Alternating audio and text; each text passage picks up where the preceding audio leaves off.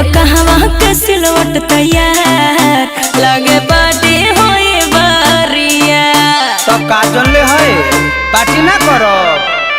कैलो कहवा के सिलवट तैयार लगे पार्टी होए बारिया। और कुछ होखे वाला बा का करबा हो से फतिया साड़ी सुई डोरा लगा के सी हो का जो गड़ई लफड़ा के ही मुर्गिया छपरा के ही झगड़ा के ही मुर्गिया छपरा के ही।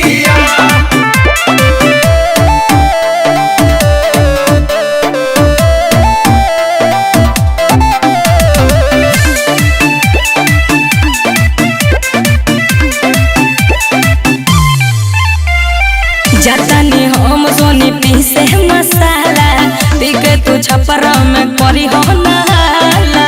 गरम पानी कर मालिक टंची सब होली ओहो पार के। अरे ये बढ़ले बा आज मजाले हब को भर उतार के छील छील के खाई बुकरी होई गल होटल टूटे सुनो बोतल गिफ्ट कुछ बड़ा दी हो।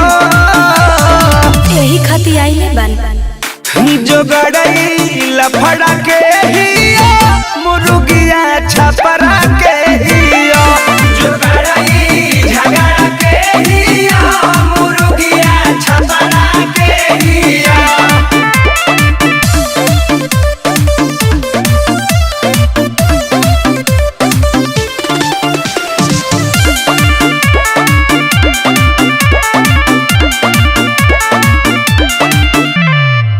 प्रमोद तोहर कहाँ ध्यान हो रोज रोज खोजल नया सामान हो। हम लेग पीस घीची ले जनले होतन मनीष के कोई हो बेवास्ता। अच्छा भोर भोरे चाहे चीज ही है नाश्ता। हाँ मिली अभिषेक विकास भइल बड़े खस आवे जाए के भाड़ा दी हो।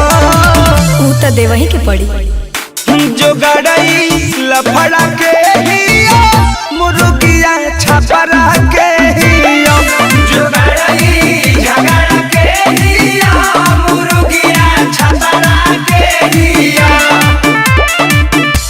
उस दिन दिया क्या भैया? अरे खाना जा।